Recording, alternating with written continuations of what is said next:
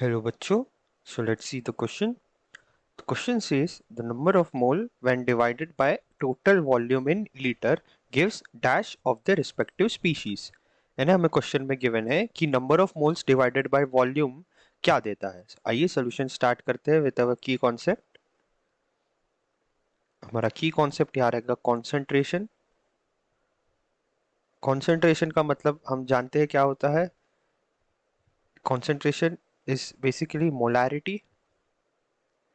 और मोलैरिटी का जो फॉर्मूला होता है अगर हम उसे कहें तो वो ऐसा रहेगा कि नंबर ऑफ मोल्स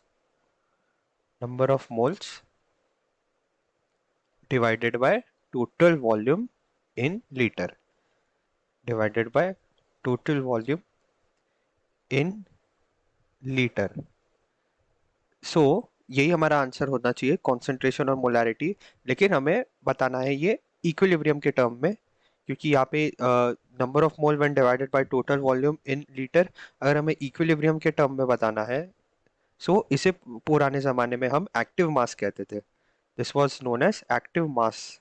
कॉन्सेंट्रेशन को एक्टिव मास बोलते थे. जैसे कि अगर कोई रिएक्शन है A+B इट गिव्स C+D. इसका इक्विलिब्रियम कांस्टेंट कुछ ऐसे हम लिखते हैं that active mass of C into active mass of D divided by active mass of A into active mass of B. ऐसे ब्रैकेट रिप्रेजेंट करते हैं, हम एक्टिव मास लिखते हैं और ये ब्रैकेट का मतलब होता है number of moles divided by volume taken in litre.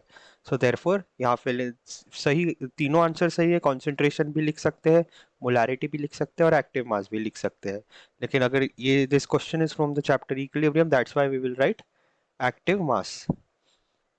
So I hope you understood this well. All the best.